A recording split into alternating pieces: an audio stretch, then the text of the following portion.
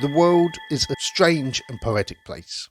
I love it when weird coincidences lead me on certain paths, and very often at what proves to be precisely the right time in my life too. Life has been tough going at present, in my personal life as well as in the world in general, and so I have been reminiscing a lot of late, pining for those days gone by, and as I'm constantly picking up more and more titles on DVD and Blu-ray, shelf number 5 having recently gone into our lounge, I've enjoyed revisiting films from the past. I lingered for a while in the 70s, and with the gritty films that arose from that period, the likes of filmmakers such as Friedkin, The French Connection, Exorcist, Sorcerer, Scorsese, Mean Streets, Taxi Driver, Coppola, The Godfather, The Conversation, Apocalypse Now, Ashby, The Last Detail, Harold and Maude, Coming Home. But as I mentioned, things have been a bit grim and depressing as it is. Life's shadows growing heavier in both my private life and in the world in general. And so I found myself drifting towards a more light-hearted period of cinema, namely that of the 80s comedy.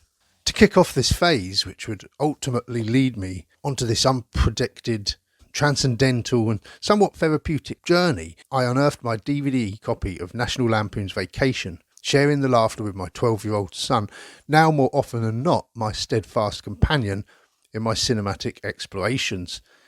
And I was immediately transported back to happier times, namely those sunny, rose-tinted, carefree days of my childhood. I grew up watching the likes of Chevy Chase, Vacation, Fletch, Spies Like Us, Bill Murray, Stripes, Caddyshack, Scrooged, Steve Martin, The Man with Two Brains, Roxanne, All of Me, Dan Aykroyd, The Blues Brothers, Ghostbusters, Dragnet, and John Candy, Planes, Trains and Automobiles, Uncle Buck, The Great Outdoors, and the works of writers and directors such as John Hughes, Mr. Mum, Ferris Bueller's Day Off, Weird Science, John Landis, Trading Places, The Three Amigos, Coming to America, and the Zucker Brothers, Airplane, Naked Gun, Top Secret. These were my generation's Laurel and Hardys, and even their movies, which are considered flops or duds at the time, still hold some pitch-perfect moments of comedic tomfoolery from the performers. I chose 3 examples for each actor, director mentioned above, but the 80s was such a rich and colourful time for comedy that if you know those 80s movies and titles and stars, then you'll know only too well that these stars were not just limited to their own 3 examples, but more often than not would spew into each other's productions, often enriching each other's movies, except perhaps the Zuckers, who would more often than not effectively cast straight actors in their own parody movies. Landis directed many of the above. John Hughes wrote a lot of them, and those comedy stars collaborated and partnered off frequently, often bringing their own specific comedic sensibilities and contributions to not just the characters, but the stories being told as well. Where the coincidences for this journey began for me was when, shortly after watching Vacation, and deciding that I was in fact going to launch into my 80s comedy revival, Netflix decided to recommend for me a movie that was strongly connected to my current phase. Incredibly so, in fact. I hardly watch Netflix myself. When I do, it's usually true crime or supernatural documentaries, or the occasional series with my wife. Not that I like to get into series these days, not until I know that they do actually end. The sting of Mindhunter drawing me in, only to be cancelled, has really left its mark. I hadn't watched any 80s movies via Netflix, as I have the majority of them on DVD. So when the streaming giant recommended for me a 2018 Netflix movie entitled A Futile and Stupid Gesture among my top picks for you, it looked out of place between the grueling and stark titles of serial killings and hauntings. The font looked fun and colourful and somewhat familiar, and so I hovered over the thumbnail to launch the clip and saw humorous yet aging actor Martin Mull, Clue, Roseanne, walking us through a film set which I soon recognised as the set of National Lampoon's Animal House. The John Belushi look-alike in a toga was the giveaway. This looked intriguing to say the least, so I watched the trailer to find out more. A Futile and Stupid Gesture, the title taken from a line of dialogue from Animal House, is based on the biographical book of the same title by Josh Karp, and is not just a brief history of those early days of National Lampoon, but focuses mainly on the life and times of National Lampoon co-founder Doug Kenney, the writer of both Animal House and Caddyshack. We witnessed the launch of National Lampoon Magazine and then subsequently the carnage and chaos that follows. Then, as they set their path to bringing the carnage and chaos to the big screen with movies that would ultimately launch the careers of many of the greatest stars of the 80s comedy, and dare we say, change the face of comedy forever. We take for granted the crass, vulgar, often edgy comedy movies of those bygone years, but they were breaking boundaries and pushing limits of acceptance to the edge and beyond. Much like those grittier 70s movies that I mentioned earlier, comedy movies of the late 70s and 80s spoke to the baby boomers who made up the largest section of society and cinema audiences, and who, with the political upheaval in the US, scandals such as Watergate and the horrors of Vietnam, were somewhat disillusioned, and so the imminent comedy revolution was to be their outlet, finding laughs in the raucous and the controversial, but more importantly, sticking it to the man. They had grown tired of mild-mannered and somewhat predictable comedies of that era. That was the comedy of their parents, more conservative, and towing the line of respectable American values. And this comedic revolution all started with National Lampoon Magazine.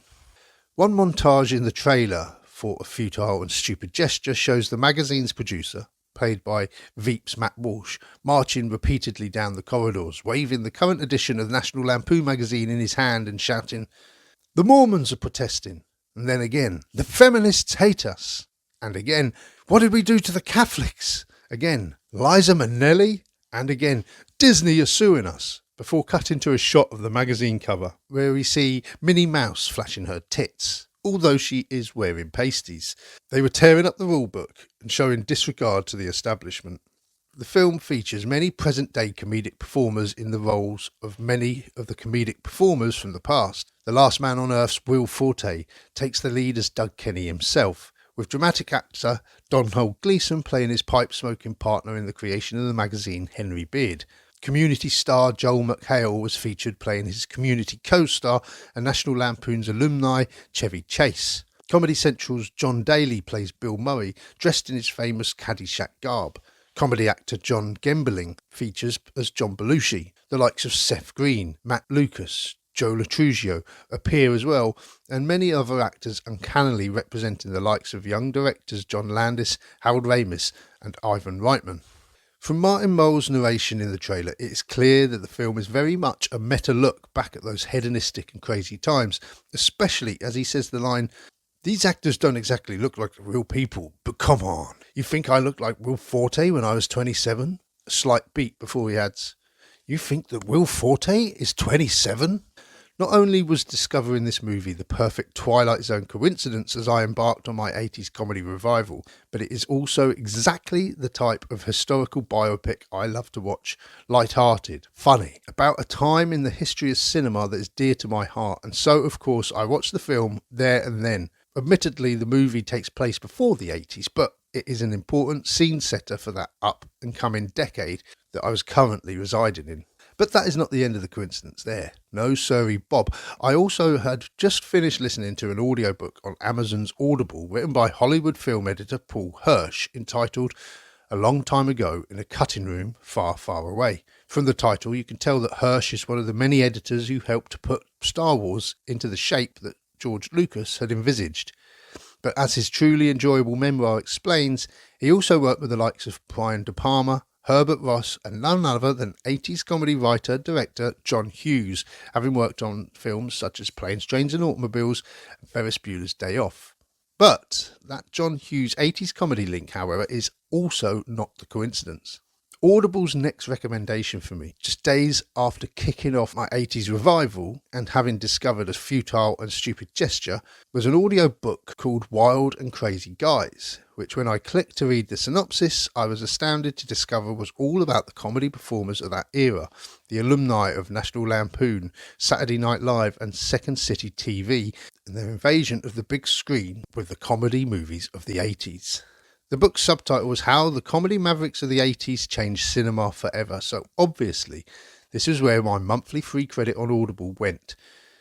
And from that, I was recommended another book entitled Caddyshack, The Making of a Hollywood Cinderella Story by Chris Nashawaty. And so with these books to use as a reference, and the many films of the late 70s and early 80s to revisit, my journey began in earnest. So this is why in this week's episode of the WN Movie Talk podcast, in another essay-styled edition, I will be discussing the meteoric rise and the tragic fall of Doug Kenney and those movies that created the 80s. The hits, the failures, the behind-the-scenes chaos, retrospective reviews, and discussing why, as mentioned previously, that at this exact time in my life, this was the perfect journey for me to go on. It all started with a handful of students at a prestigious Ivy League university way back in the 70s. The 1870s, in actual fact, and the birth of the Harvard Lampoon. The Harvard Lampoon was a satirical magazine created by 7 students at Harvard University nearly 150 years ago in 1876.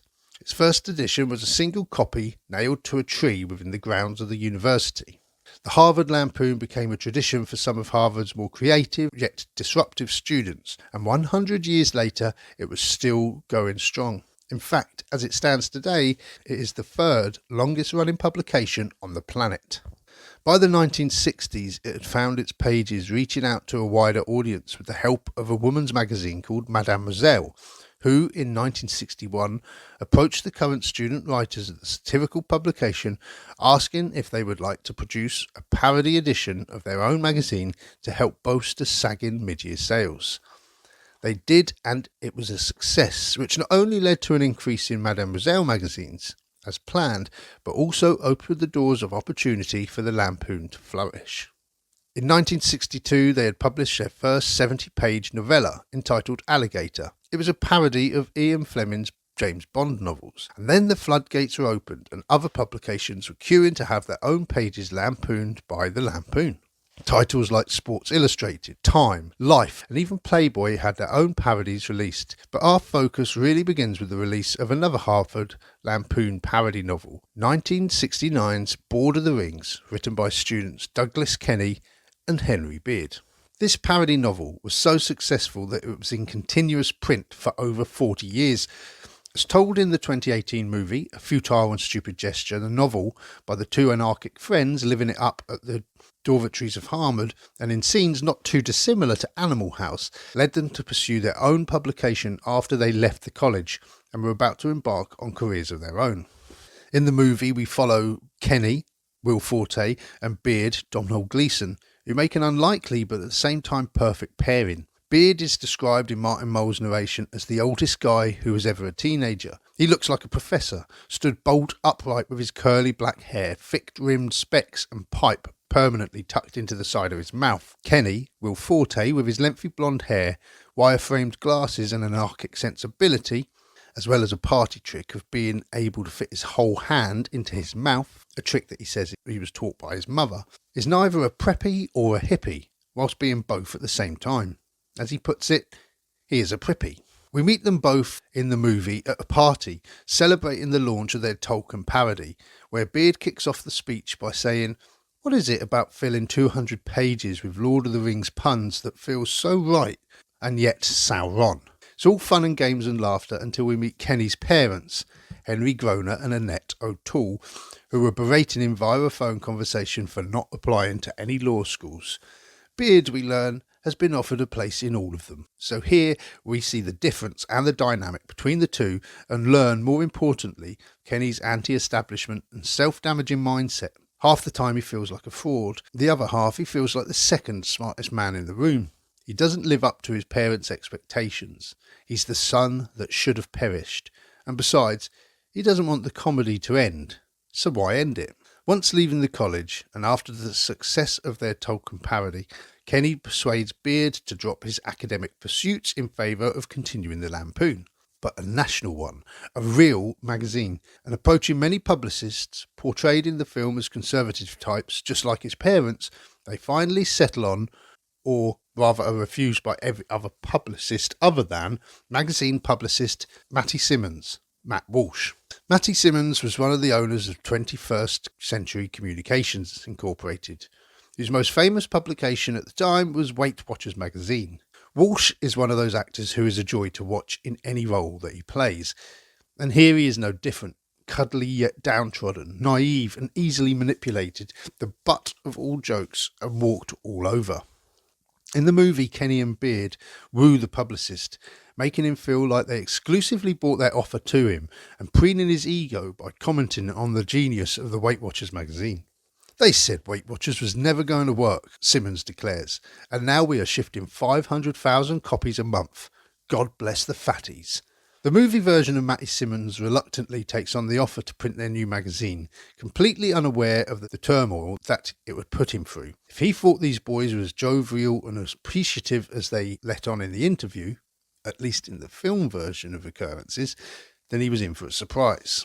However, as reflected in the book Caddyshack, The Making of a Hollywood Cinderella Story by Chris Nashawaty, Simmons was first introduced to the boys to help with one of their earlier parody magazines, the Send Up of Life magazine, which they dove into head first after their huge financial success of their previous Playboy magazine parody. Although the Life parody failed to make its money back and put the Harvard Lampoon back into the red, Simmons, however, did recognise the success of the Harvard Lampoon and the Board of the Rings, and, more importantly, the money that these Lampoon guys were generating, and according to Nashawaty, it was Simmons who approached Kenny and Beard about producing the National Lampoon magazine in the first place.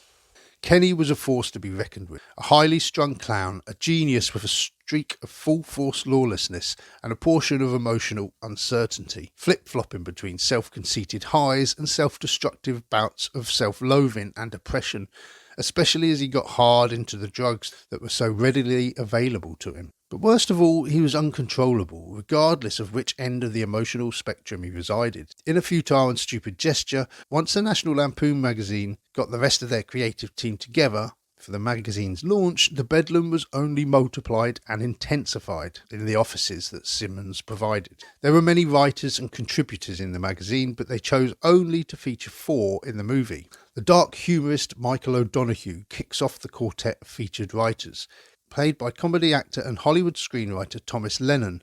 In a futile and stupid gesture, O'Donoghue came with a huge catalogue of unpublished pieces and would bring such dark material as Vietnamese Baby's first book. In later years, O'Donoghue would go on to become one of the writers for Saturday Night Live, as well as co-writing the Bill Murray Dickensian tale of Scrooge. You can imagine the festive film that Murray's Frank Cross runs the trailer of in the opening scene coming straight from the brain of O'Donoghue, The Night the Reindeer Died, which sees terrorists waging war on the North Pole. According to the Making of Caddyshack book, which drills surprisingly deep into the history of National Lampoon, the first several editions of the magazine were compiled and written by Kenney, Beard and O'Donoghue alone, with the rest of the writers turning up at a later date. The other writers we meet in the film are the Brit Tony Hendra. Before Lampoon, he had been part of a comedy double act which saw him and partner Nick Ullett sharing the bill alongside the likes of Lenny Bruce and Woody Allen. Tony Hendra in the movie is played by Little Britain's Matt Lucas, portrayed as somewhat of a stroppy brat. As well as writing articles for the magazines such as The Art of Wife Tasting, Hendra would later direct the National Lampoon's live stage show, Lemmings, and many years later still would also go on to help create British satirical puppet show Spitting Image. The only female in the lineup is Anne Beats. In the movie, she is played by Natasha Lyonne, an actress, writer, producer and co-creator of the Emmy Award-winning Russian Doll. In the movie, Beats is a fiery, quick-witted woman who gives as good as she gets within the sausage fest that was her co-workers. But by the sounds of it, this wasn't as easy as the film makes out. In the New York Times obituary for her passing in 2021, they commented that after graduating from college, she moved to New York and she found that the easiest way for a female comedy writer to find work as a comedy writer was to date a comedy writer, and that was how she made her way into the fold. She famously wrote a parody advertisement for Volkswagen, which led the car manufacturers to sue the publication. The final writer featured to present the magazine's founding years in the movie is the surreal Brian McConaughey, who Martin Moles, as the older Doug Kenney, explains makes more sense when you understood that he came to us from the planet Modgar. McConaughey in the film is portrayed by the creepy-looking comedian, actor, writer Neil Casey, who I recognised first and foremost from his role in Paul Feig's Ghostbusters, Answer the Call. In the movie, hundreds of other contributor titles appear on the screen, including one John Hughes. As Martin Mull explains, they didn't have time in the movie to feature all these writers, and that there were also many other changes throughout the film to make the movie more concise. The first edition of National Lampoon Magazine was released upon America on March 19, 1970. The publication struggled in its first year to find much traction, as much to do with the cover art as anything. The art directors were fired, and for the 8th edition, the job was given to Michael C. Gross. The new look strategy seemed to work, and the magazine soon found its far-reaching audience and became a national hit. Gross would later be called upon to create the Ghostbusters logo. Meanwhile, at a similar time, an improvisational comedy troupe was also beginning to make a name for itself, in a very similar vein of comedy to the National Lampoon, albeit not as vulgar or toxic. They were known as the Second City. The Second City was initially a comedy sketch revue troupe launched by pupils from the University of Chicago, because the university itself didn't have a theatre department. Before the 70s, Second City had already seen the future stars of Alan Arkin, Joan Rivers and Peter Boyle treading the boards of part of their collective. In the late 60s and early 70s, Harold Ramis, who had become famous as Brainiac Egon Spengler in Ghostbusters, Blues Brothers star John Belushi and brothers Brian and Bill Murray would join the cast of performers over at the Second City. The links and collaborations that would become nostalgic highlights of the 80s already falling into place. However, it's been painful to create an accurate timeline of events here, with my research overlapping and events seeming to occur at similar times. Much like that most famous of causality problems, the chicken or the egg, when posing the question what came first, Second City or National Lampoon, the answer seems just as disputable. The two groups seem to be inseparable in their history, working both collaboratively and independently throughout the 70s. When in 1973 the National Lampoon made the transition into live-action performance with the release of their live show Lemmings, John Belushi was asked to join them, taken to the stage alongside Chevy Chase and Spinal Tap's Christopher Guest in the show, performing skits and songs in a show that would launch their careers. And members from Second City also hopped over to help with the National Lampoon Radio Hour, which was also launched in 73 and would utilise the comedy performances of Chase, Belushi, Ramis, Murray and Dan Aykroyd, among others.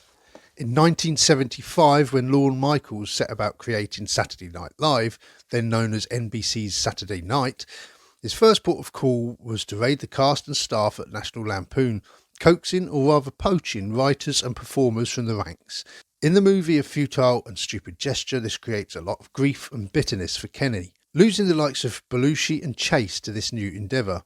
But the biggest low was losing his established writers like Beats and especially O'Donoghue, who would take a job as one of the head writers for the new show, which became an instant hit. Again, versions of this alter in different publications. In the book The Making of Caddyshack, it suggested that it was Simmons who had repeatedly batted away the prospect of a National Lampoon TV show, feeling that they were thinly spread with the radio show and the magazine. And the writers left due to the in-house politics going on behind the doors of National Lampoon a long time before Saturday Night Live was even a concept. And over in Canada, the Toronto branch of Second City also had Dan Aykroyd coaxed over to the other side too. Aykroyd had worked with the Saturday Night Live creator Lorne Michaels many years ago and was brought in originally to be another writer, but soon found himself in among the on-screen lineup. It was a toss-up between Bill Murray and Dan Aykroyd, and Aykroyd eventually won out to go onto the show. Murray would go on to be the comic relief in another Saturday Night Live with Harold Cosell, which was not the prestigious platform that Lorne Michaels' Saturday Night would prove to be. Later still, Second City would also begin its own TV show, dangling from the coattails as SNL. The remaining members of Second City's Toronto branch would eventually go on to form their own comedy sketch show for TV, in the form of the smallest TV channel in the world, SCTV, with Eugene Levy, Harold Ramis, John Candy and Catherine O'Hara within the cast. In A Futile and Stupid Gesture, Will Forte's version of Doug Kenney sunk into a depressed slump as Saturday Night Live was doing great numbers. Kenney was stewing over which direction his comedy would go from here. As his friends and colleagues were cavorting over on the small screen, he began to think big. He called upon the assistance of Second City's Harold Ramis to assist him with devising and writing their first feature film. The Caddyshack book, however, goes into much more detail once again, suggesting that Ramis was also left behind from Saturday Night Live, remained at National Lampoon with Ivan Reitman, who had hounded Simmons to let him direct the Lampoon touring show, and had also been given first dibs at directing the first National Lampoon movie. So he and Ramis began secretly plotting a movie to create. And then when Kenney, disheartened with the Lampoon, approached Simmons with the news that he was going to leave, it was at this point that Simmons, in a knee-jerk attempt to keep Kenney, the Lampoon's greatest asset, on board, suggested a National Lampoon movie. Kenney leapt at the chance. There's a scene in the movie in which Kenney and Ramis pitch the idea of a movie to Matty Simmons. They are barking up the wrong tree with a film they have been working on entitled Laser Orgy Girls, about Charles Manson in the 10th grade. But Simmons suggests that they look at what they know and remarks on how successful the frat boys stories do in the National Lampoon, and in so giving Kenney the idea to write just that. Kenney, Ramis and Lampoon writer Chris Miller sit down together to write the screenplay for National Lampoon's Animal House. The script was written, and Universal picked up the project but insisted that relative newcomer John Landis was put into the hot seat to direct, putting Reitman's nose somewhat out of joint. At this point, Landis had only had 2 films to his name as director. His debut Ape Man on the Loose film Schlock, in which he played the lead character under full Rick Baker prosthetics, and a comedy movie entitled A Kentucky Fried Movie, which was written by the threesome behind Aeroplane, David and Jerry Zucker and Jim Abrahams. The second film had been a modest success and in a similar style of humour as the likes of National Lampoon and Saturday Night Live, and helped Landis get the job on Animal House. Reitman at this point only had trashy B-movie Cannibal Girls and the even lesser known Foxy Lady under his belt. Animal House was a big risk, and capitalised on the rising star of John Belushi, who was a massive hit over on Saturday Night Live. Belushi would take on the now famous role of Bluto, the anarchic mascot of Delta House, the Animal House from the movie's title, and although he is not the central character, Belushi took top billing. In the book Wild and Crazy Guys, which talks us through these hedonistic early days of the comedy revolution, author Nick DeSemlin explains that Chevy Chase was also considered for a role in the movie, probably being lined up to play Otter. Chase was a friend of Doug Kenney's, as depicted in A Futile and Stupid Gesture, and he was also a key contributor to the Lampoon. According to the book, John Landis didn't think that Chase was right for the role, and in a superb bout of reverse psychology, the director used Chase's own egotism during that time to help persuade the actor to come to that conclusion himself, saying something to Chase along the lines of, "This role would suit you down the ground. You'd be part of a team of comedians feeding off of each other in an ensemble comedy piece." Chase, who had already left Saturday Night Live to carve a solo career, took the bait and decided that an ensemble film was not for him. He would go on to say that he lived Animal House anyway. He'd been through those fraternity days, and what they did was crazier, wilder and weirder than anything that he found in the pages of that script. The book of Wild and Crazy Guys kicks off the evolution of the 80s comedy's revolution with the feud between Chase and Murray backstage at Saturday Night Live in 1978. Chase had returned to guest host, having already left to become a star on his own. His return had put a lot of noses out of joint, his ex-cast members feeling a difference in attitude, and Murray and Chase came to blows before the show started, with Murray yelling insults such as "medium talent" to his former Saturday Night Live co-star. Chase at this time had starred in Foul Play alongside Goldie Hawn, who herself was still considered Hollywood gold at the time. It had made some decent money, drawing in $45 million, but nowhere near the excessive success that Animal House would go on to become. As he watched Belushi's career overtake his own, he made panicky grasps at stardom and made some ill-advised choices. Oh Heavenly Dog, a kids' film in which Chase is murdered and his soul ends up in the body of a dog, played by none other than Benji, and it failed to reach either the child audiences or fans of Chase, and bombed almost immediately. Chase was put onto the back foot as he approached the 80s. In Animal House, we first enter the wild fraternity alongside freshmen Kroger and Dorfman.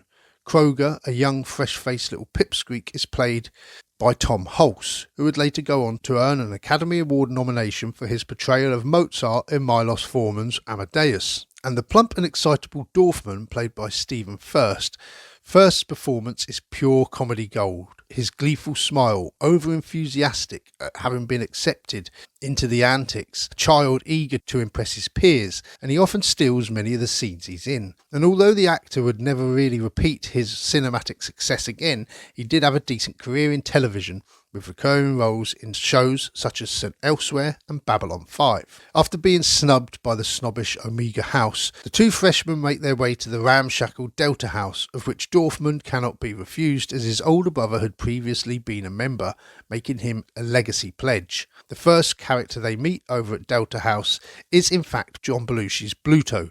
Drunken and dazed, he urinates all over the newcomer's feet before leading him into the chaotic fraternity where we meet the rest of the fraternity brothers that make up the house.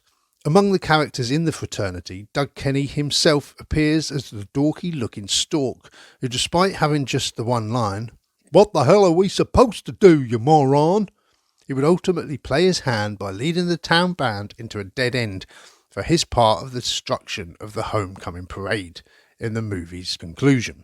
The red-headed Hoover may be the chapter president at Delta House, but is somewhat a fish out of water as he tries to navigate the house safely through to graduation. But it's the pairing of Tim Matheson and Peter Reigart as Otter and Boone that seem to be the core strength of the fraternity. They lead the campaign of drunken parties and the raging war against the Hitler Youth over at Omega House. Otter is the Lothario playboy, Boone more settled in a relationship with the beautiful Karen Allen in her cinematic debut. The pair don't feel much different to that of Jack and David's in Landis's next feature, An American Werewolf in London. One is wavy-haired, cute, a ladies' man, the other curly-haired, handsome, slightly more reserved, two friends on the same wavelength and sharing a journey. Jack and David could well have been Otter and Boone on their postgraduate sabbatical. The toga party scene where Otis Day and the Knights perform Shout is a real subtle precursor to Landis's next movie with Belushi. Although all the shots are filmed on mounted cameras, the energy of this scene bursts off the screen. Those perfectly timed editing choices, as well as Belushi's performance fueled by the music and whoever knows what else, could have easily been lifted out of the 1980 musical comedy The Blues Brothers. The scene does set up a more controversial joke later on, however, when the guys pile into a club to see their favourite performer again, only to be the only white guys in the room, and when crowded by large intimidated black men, they desert their dates in the process of escaping. The scene can make for uncomfortable viewing by today's sensibilities, yet despite any racial connotations that can be drawn, they're not out to make racist statements as much as they are social commentary. To the young, naive and uneducated preppies in the film, being the only white boys in a bar full of black men would have been one of those social nightmares made worse by the ignorance inherent in the culture in the early 60s when the movie was set. The sentiment is made clear when Dorfman, bearing a big cheesy white grin, leans into a local patron and asks innocently, "Where do you go to school?" Another scene that gets a modern day frown is the scene at the end of the toga party, where Kroger's date passes out and his conscience and inner demons square up over his shoulders to talk him through his next moves. "Fuck her," demands the devil, which may not sit well within the boundaries of common decency now or then, but it is ultimately the good that wins out in that scene. Well, sort of. I'm sure he could have handled it better than wheeling her home to her parents in a drunken stupor, half naked, squeezed into a shopping trolley. But it's just jokes, gags cooked up by a handful of very funny people sitting around and trying to make each other laugh as they concoct a screenplay. Comedy isn't about treading lightly around topics but tackling them head on, being honest and, in the case of National Lampoon, vulgar and often disturbing.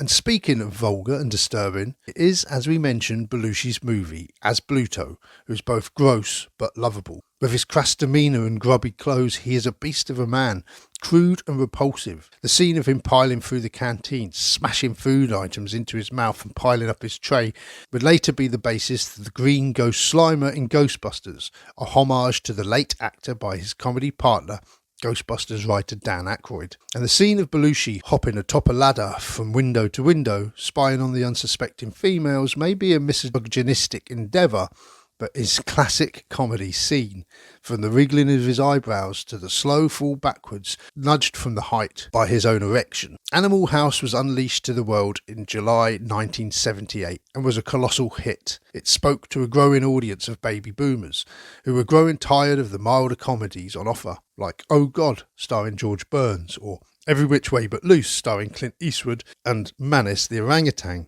This was the National Lampoon's brand of close-to-the-knuckle humour, and it was eaten up by mainstream audiences. The National Lampoon feature grossed in excess of 120 million, and in the book Wild and Crazy Guys, its success is likened to Easy Rider in regards to the effect that the film would have on the movies produced hereafter, creating a comedy revolution with as much distaste and distrust for the institutions and authority as the gritty movies of Scorsese, Friedkin and Coppola which came before.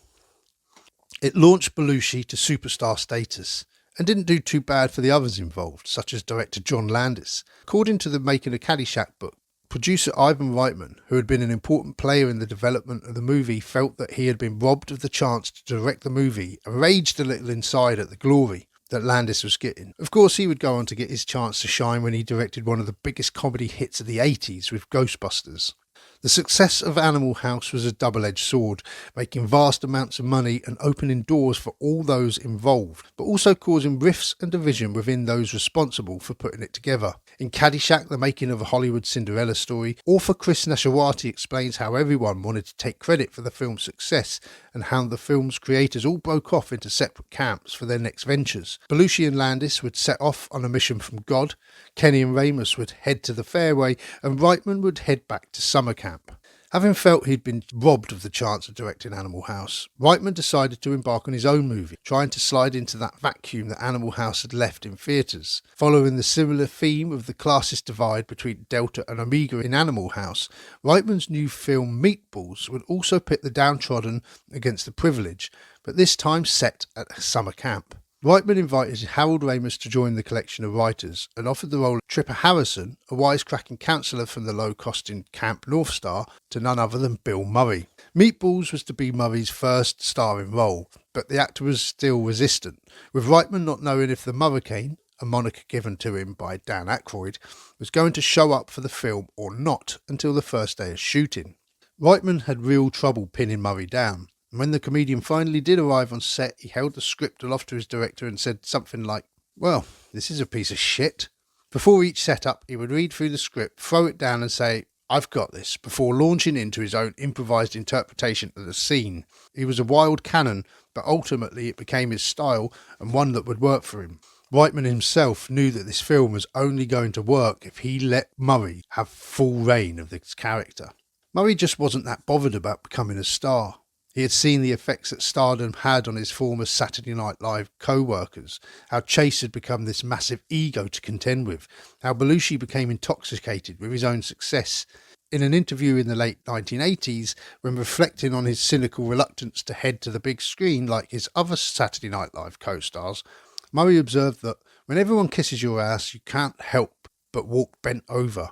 Murray wasn't sure that that was what he wanted in life. But, having accepted the role in Reitman's movie and given up free rein to steer his scenes in whichever direction he felt, he had set the wheels in motion to become one of the most sought-after stars of the 80s and 90s. Meatballs is one of the many movies from this era that I am most unfamiliar with, and having tracked down a copy from my recent movie marathon, I must admit that its lack of comedy or chemistry made the 1.5 hour long time seem like days. I watched it in several stints and found myself struggling to laugh at all. Yes, Murray gives a crazed from the hip style performance, but even that failed to resonate as I watched this movie all those many years later.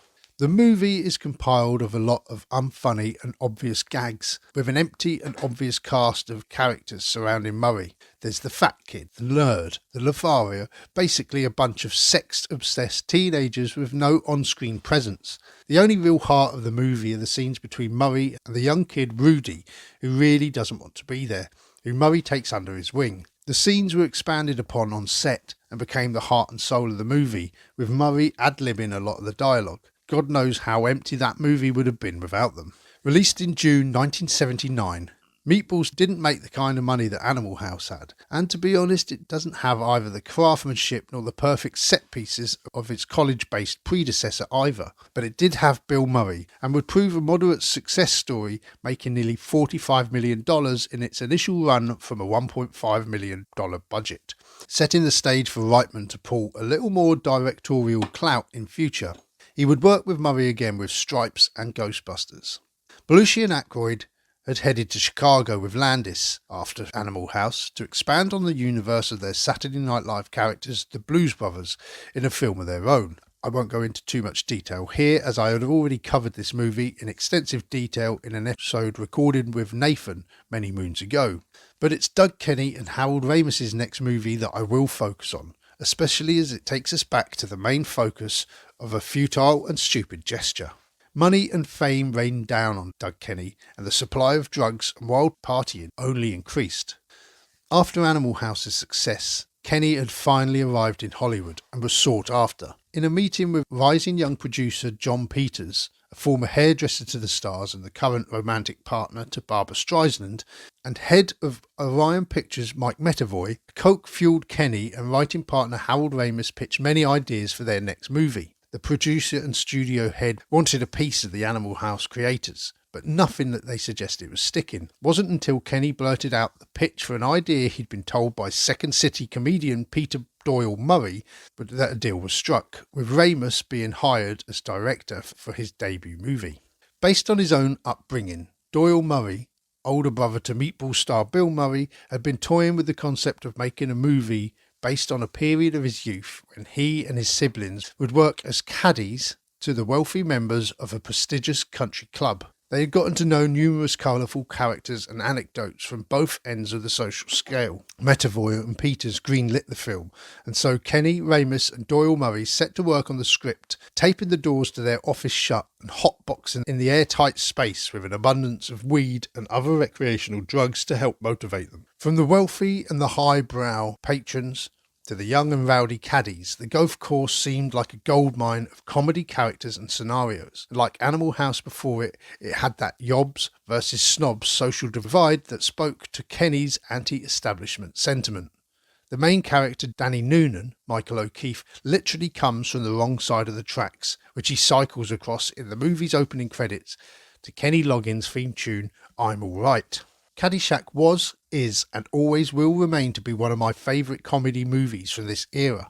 Bill Murray's show-stealing greenskeeper Carl Spackler, Chevy Chase's wealthy and enigmatic playboy Ty Webb, comedian Rodney Dangerfield in his cinematic debut as a brash real estate developer Al Zervik, and Ted Knight, famous in the States for his role in the Mary Tyler Moore Show as the pompous country club president Judge Smales, all add to the wealth of comedic excellence throughout this movie.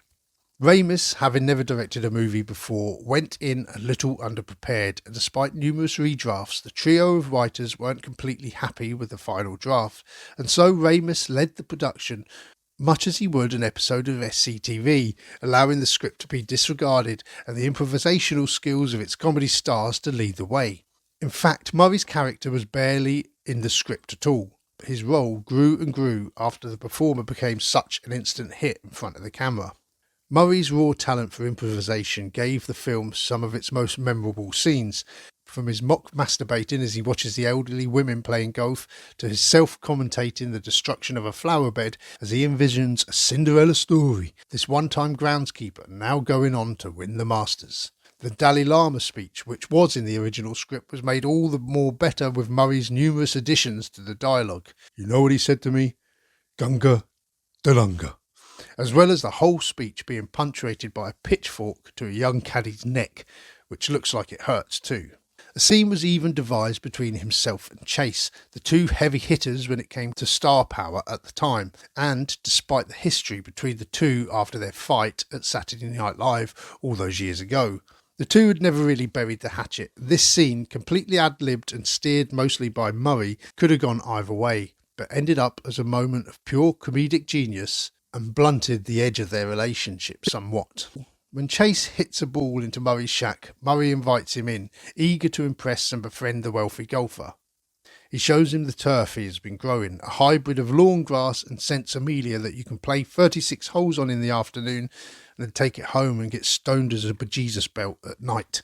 Chase didn't know what Murray was going to throw at him, and you can see him clearly trying his best not to corpse throughout the scene. More scenes were designed around Rodney Dangerfield too, whose larger-than-life and equally as loud persona was such an extreme contrast to Ted Knight's anal Judge Smales that the rivalry between the two grew throughout the production. Everything about the design of the character screamed brash and was so out of place within the golf course etiquette.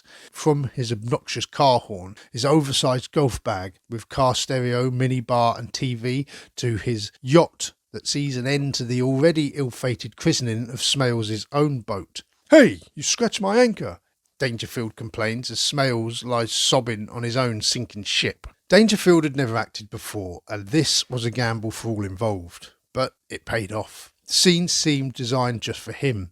In the golf shop, where he wants 6 of those and 8 of those, he points out the hat.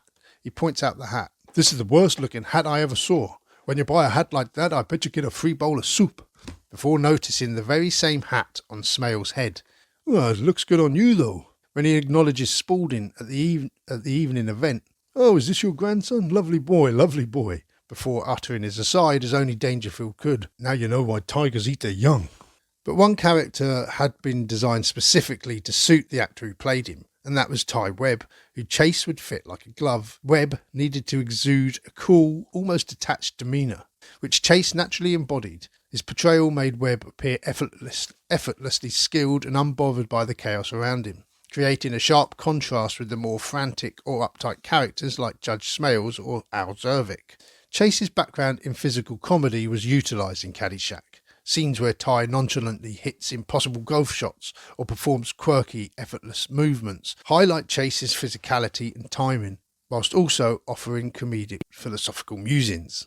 Again, many of Chase's lines as Ty Webb were improvised. This gave the character a spontaneous and unpredictable quality, adding depth to his seemingly offhanded remarks and actions. Even the side characters and storylines, for the most part anyway, are also great additions to the movie's cult legendary status. The sultry niece of Judge Smales, Lacey Underall, Cindy Morgan, her name well chosen to suit her seductive nature, enjoys skinny skiing and bullfights on acid. Smales' spoilt, brattish grandson Spaulding, who shows Smales up at every opportunity with his turf-wrecking golf swing and cries of "Turds! Double turds!" And then there's the Bishop having the best game of his life with Bill Murray's Carl as his caddy during hurricane weather. The set of Caddyshack was one non-stop drugs binge, with cocaine in abundance for the young and rowdy cast and crew, and non-stop parties every night during the 6-week shooting schedule, with Kenney usually at the centre of them. But the film's post-production was to be anything but a party. In a futile and stupid gesture, the setup is that Caddyshack is produced once again by the producers of Animal House, all for the dramatic purposes, of course, as opposed to Metavoy and Peters. In the biopic, it's the same producer, who was seen throughout the earlier Animal House scenes, threatening to repeatedly shut down production for not being able to see the potential of the film he had on his hands, until the movie became the success that it was, and he claimed that he knew it all along. In the final act of the film, he returns during the post-production of Caddyshack and forces Kenney and Ramis to include the cute gopher more and more. They use this producer to represent the studio's interference, and it keeps the characters to a minimum without having to re-establish another villainous producer to stand in the way of Kenney's creative vision. The movie also suggested that they were editing the movie on the Universal backlot, despite the film being an Orion Pictures production.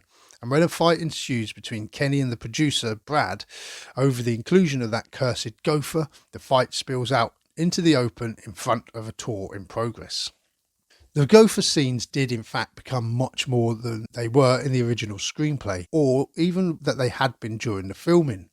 When the film went into the edit, the ad-libbed comedy scenes were hilarious but disconnected, and the flimsy plot between Danny and Maggie, which was supposed to mean the main story that held the film together, were clearly dull and unwatchable. Much of this was to do with the piss-poor Irish accent that Ramis made actress Sarah Holcomb put on for the role. The first cut that Ramis and Kenney turned in was a mess, and the studios needed something to tie all these moments of comedy gold together, and so it became the gopher versus Bill Murray. Kenney felt that the gopher, created by ILM special effects guru John Dykstra with Flipper the Dolphin sound effects, had made a cartoon out of his movie and felt that the addition was a slight to his own vision. Whether it was the fact that he was losing control of his movie or his dependence on the devil's dandruff, or both, Kenney started to suffer hard with self-doubt and depression. And when the Zucker Brothers Airplane came out and became the biggest comedy hit of the year, Kenney really did fall into a funk. By the time that Caddyshack was due to release, Kenney turned up to the press junket out of his gourd, sweary and wild, publicly trashing his own movie in front of the press that he was supposed to impress. The film was released and it didn't get the numbers that all involved had hoped for, and the reviews, which had been glowing for Animal House across the board, were awful for Caddyshack.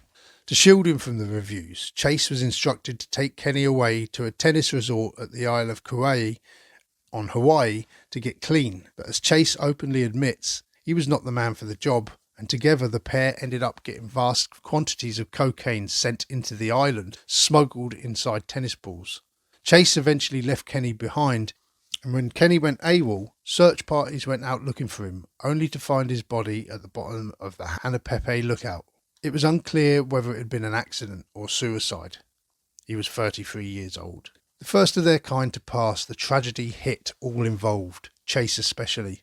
As shown at the end of the movie, Kenney's funeral saw all who had known him return and have a food fight, Animal House style, in his honour. He died with 2 films under his belt. One he knew was a hit, but the other, he died before he could see the legacy that the film would go on to leave. Caddyshack at this point in time is well loved by many, a cult classic and a snapshot of the time it was made and of the many comedic talents at the height of their careers. You cannot help but wonder what other comedy gems this young man would have thrown our way. Surely his career would have gone the same way as that of Landis or Ramis or Reitman, whose careers behind the cameras would see many films to come. Some hits, but some misses. It's a shame and a waste, but at the same time, without Kenney and the National Lampoon, we may not have had those timeless comedy classics of the 80s. And so, as I stated in the beginning of this episode, I have set off on this journey of rediscovery, revisiting these 80s comedies movies that meant so much to me back then, set on course and guided by a series of coincidences.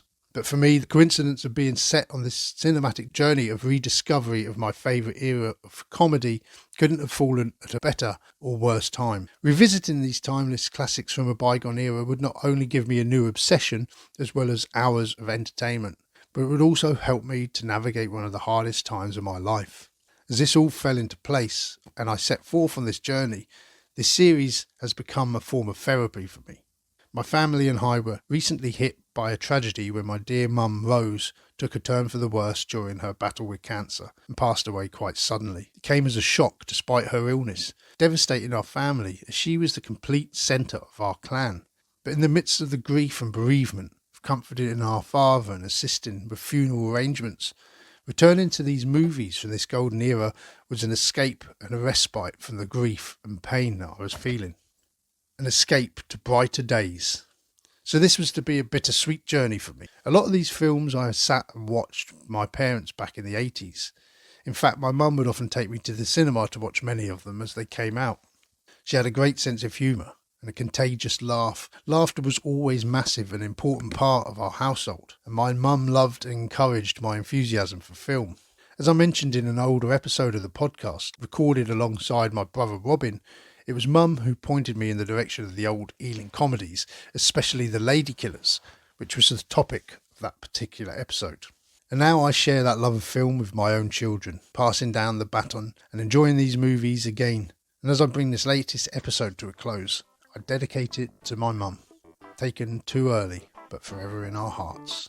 So thank you all for listening, and please stay tuned for a continuation of this brief history of the 80s comedy movies. If you have enjoyed this, please make sure to rate us on whichever podcast platforms you are listening, as well as getting in touch via Facebook or through our email at wnmovietalk@gmail.com.